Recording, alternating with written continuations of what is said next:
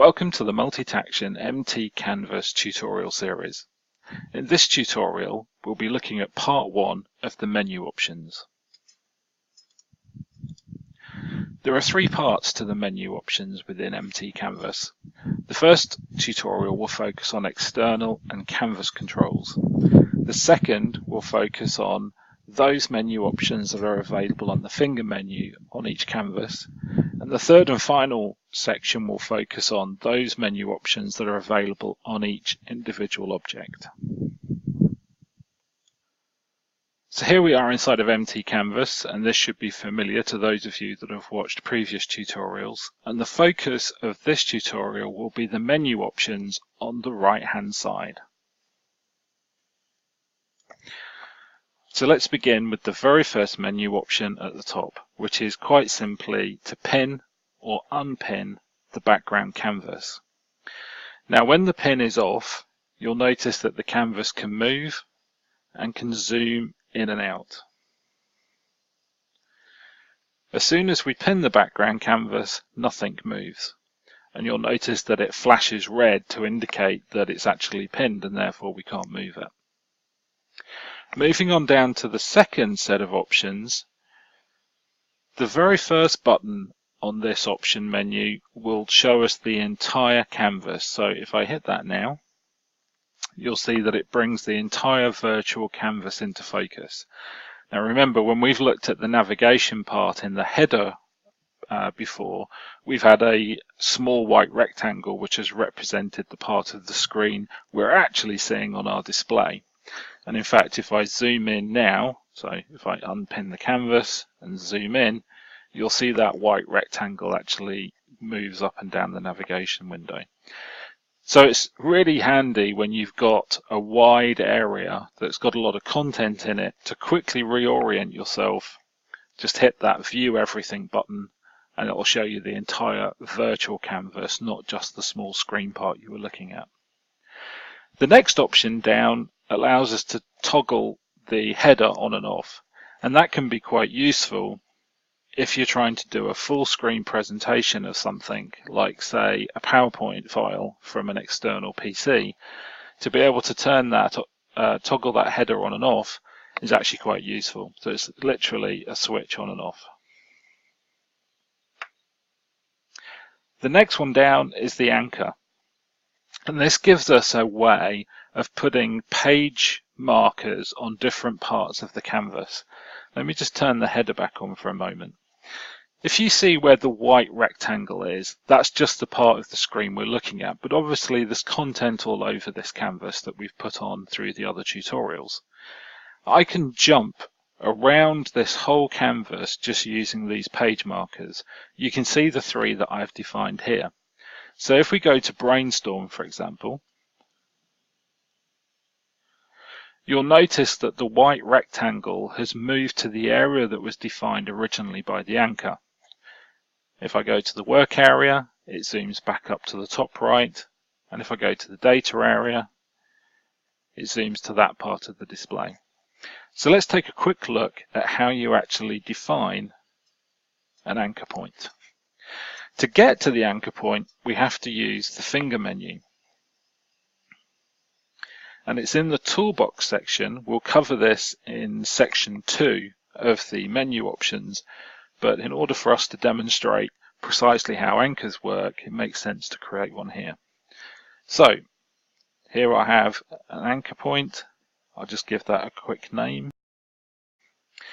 Now when I go back to my anchor list, you'll see that I have a new one here now called test. And when I hit test, we drop into this anchor area. Now there's something to bear in mind with anchor points.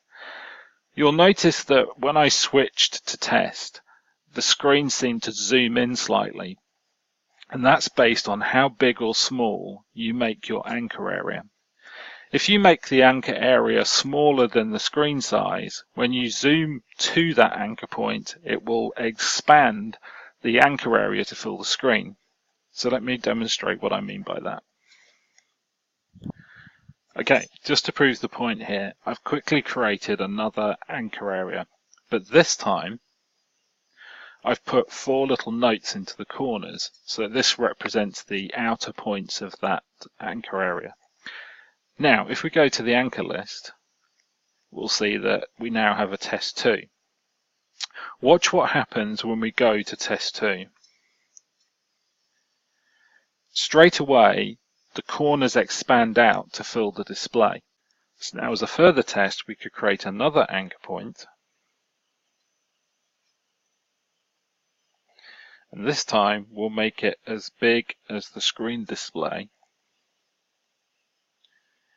And we'll call this one test 3. Now, let's see what happens when we zoom to our 2 different anchor points. And actually, there's a bit of a giveaway already in the anchor list if you just look at the size of the post-it notes that we put in there.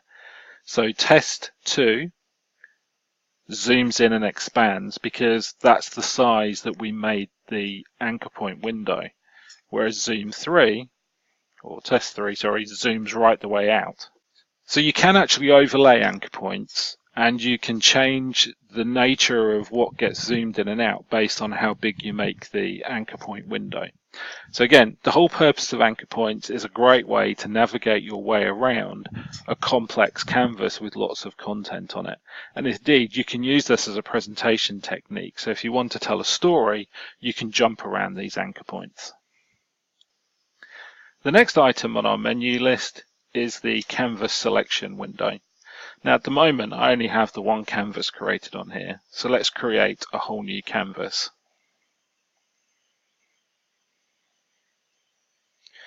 And there I have a new canvas, which I've actually switched to as a result of creating it. So if you look at the header, the title of this canvas is New Canvas, but I can switch back to the default canvas and it reloads everything.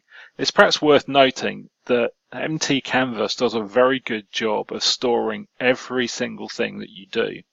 So whenever you switch away from one canvas to another, you don't have to worry about doing saves or making sure that things are put in the right place, because Canvas will take care of all of that. So as we switch between canvases, everything gets stored and restored as needed.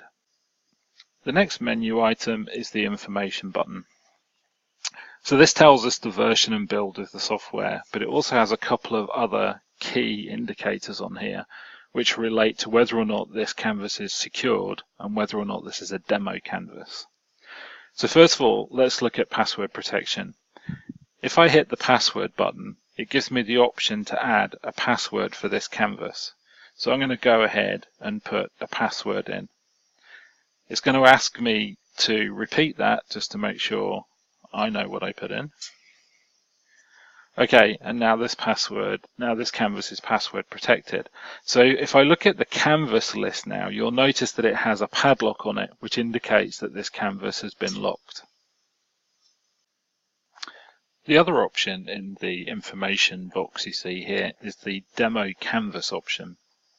Now, demo canvas is a way of locking a canvas so that all changes that are made after that point will not stay.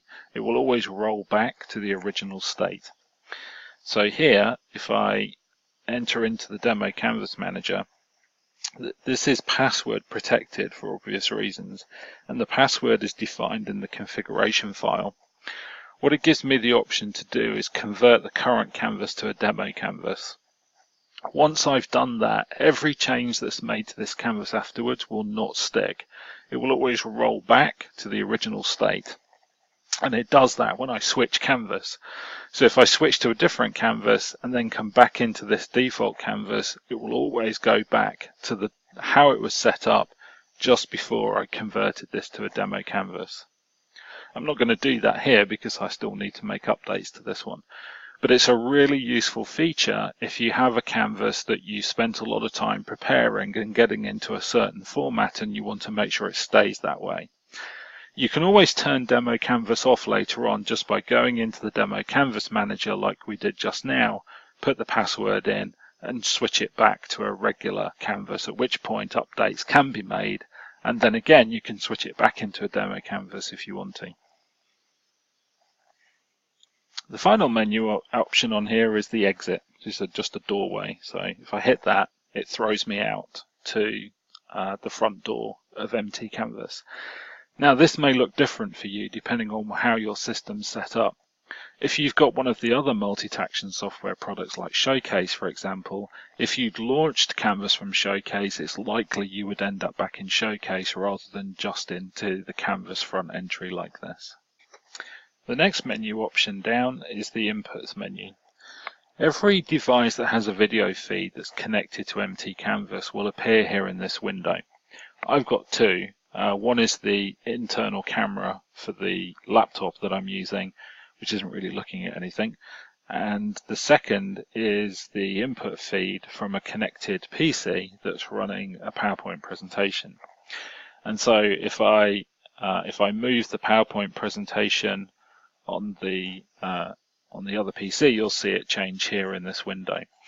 You can move and resize any object that comes in from a video feed. You can also snapshot it. And if you remove it from the canvas, you can always just pop straight back out to the inputs again and go grab it from the menu there. Just like that. The next menu down is the USB key. Depending on how your system is set up, you may have multiple USB keys connected. I've only got the one connected here at the moment. And it's just an easy way of bringing content to the system.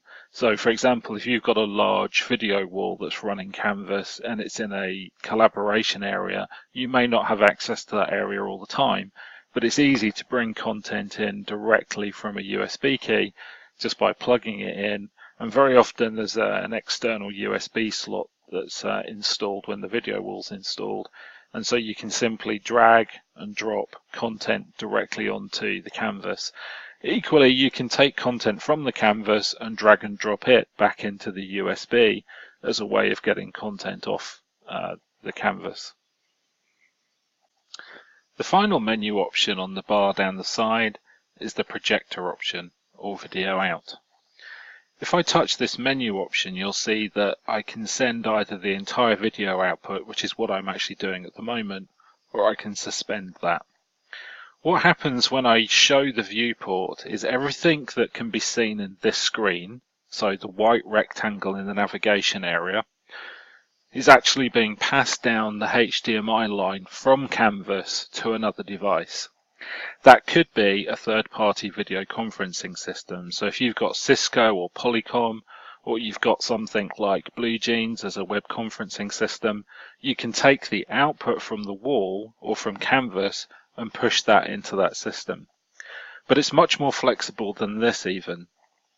Whilst you can push the entire viewport output, you can also select individual objects and push them using the same icon, which is this small projector here.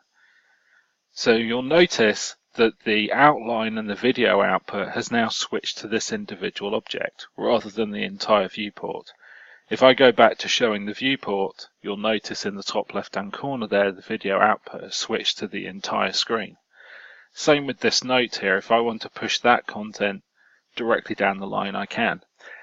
This is a really powerful feature that allows you to use whatever part of the entire canvas you want to push content out through some other form of video stream. And that's good for sharing, for conferencing.